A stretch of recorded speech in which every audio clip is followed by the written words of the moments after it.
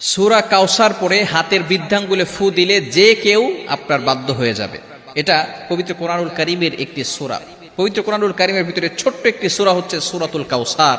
অনেক সময় আমাদের স্বামী আমাদের কথা শোনে না। অনেক সময় কিছু মায়েরা, কিছু বোনেরা আমাদেরকে ফোন দিয়ে থাকেন, হুজুর আমার স্বামী পরকীয়ায় লিপ্ত হয়েছে, আমার স্বামী বিভিন্ন মেয়েদের সাথে কথা বলে থাকে। অনেক সময় প্রবাসী ভাইরা আছেন, তারা বলেন আমার স্ত্রী আমার কথা শোনে না, আমার স্ত্রী আমার টাকা নিয়ে ফুর্তি করে অন্যদের ছেলেদের সাথে কথা বলে, কিন্তু সে আমার কোনো কথা শোনে না।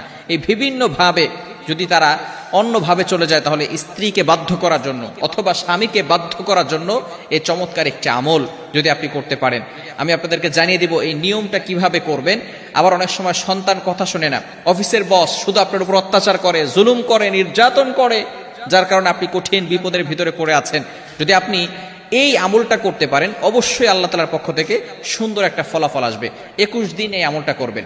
আমলটি করবেন কিভাবে আমি আপনাদেরকে ভালো করে বলে দিচ্ছি। প্রথমে আপনি ওযু করবেন, পবিত্র অবস্থায় থাকবেন, অবশ্যই পবিত্র থাকতে হবে।